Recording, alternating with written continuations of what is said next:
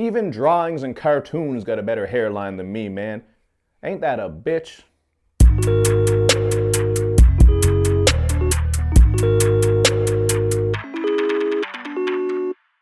What's up, everybody? It's Luke James, not the singer. If you're looking to get your music reviewed, you can hit up this email as right here. But today, I'm going to talk with you guys about this album from the Riddler called SOBAA. And that actually stands for Should Have Been an Album, because he was planning on dropping an album, but due to some problems with management, he had to fuck around and come out with this mixtape instead.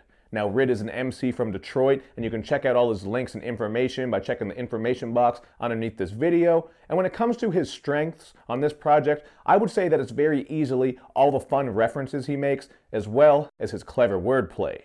You will hear all of this on the intro track, Tribal Knowledge, where he says that he's spazzing like Animaniacs and coming with that freakazoid flow. And for an example of his clever lyricism, I really like that bar on here when he said that you know the block is hot when all you hear is freeze. I just thought that was a very clever way of speaking on what it's like when there's all kinds of police activity happening in your area.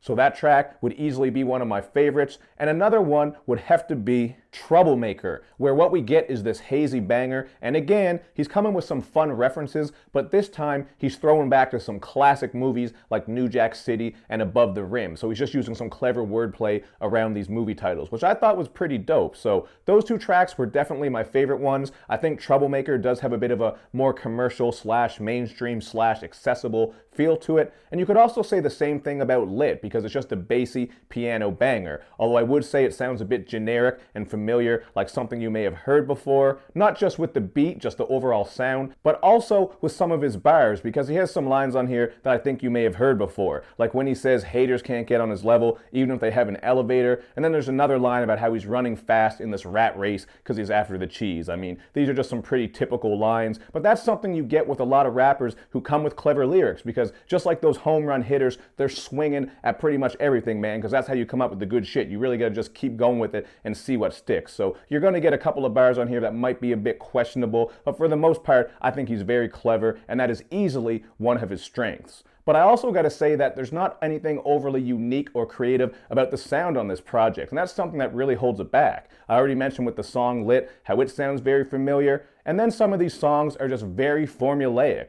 including the track 5,000 Days of Summer. This is just your lovey-dovey track with some light piano production and a sing-songy hook.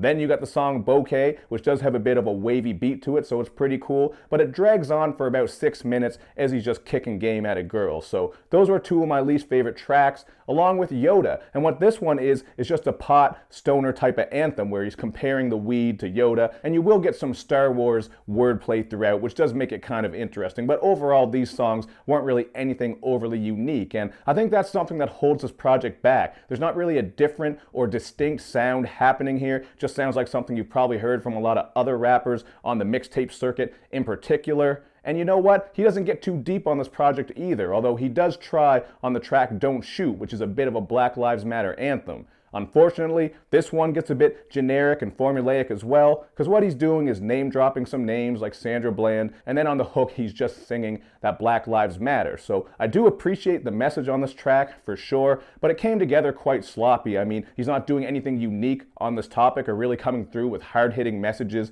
and bars, and also the last half of it is just a Tupac interview. So again, I appreciate what he's trying to say. It's important to speak on political issues, but this song I think didn't really come together too well and wasn't anything out of the ordinary. So in the end, I mean, I've said it multiple times, there's just not much to this project that's overly different, and that's a big part of why I'm going to go with a 3 out of 5. I definitely think Rid can rap his ass off. He definitely has a charismatic cadence as well, has some pretty nice flows to go along with that wordplay and all the fun references. But I think he would really improve if he got some production that was a bit more different and just stood out a bit more, as well as bringing a bit more deeper content. I think that would really help this project along as well, because you will get a little bit here and there, but not enough that it really sticks with you and makes it memorable, at least in my opinion. But you guys can check it out for yourself. I think a 3 out of 5 is fair, but you guys might like this more than me, and either way, hit me up in the comment section and let me know your thoughts. Now, you also want to make sure you do all that good YouTube and social media stuff where you like my videos, you share them, you follow me on Twitter, you retweet the videos,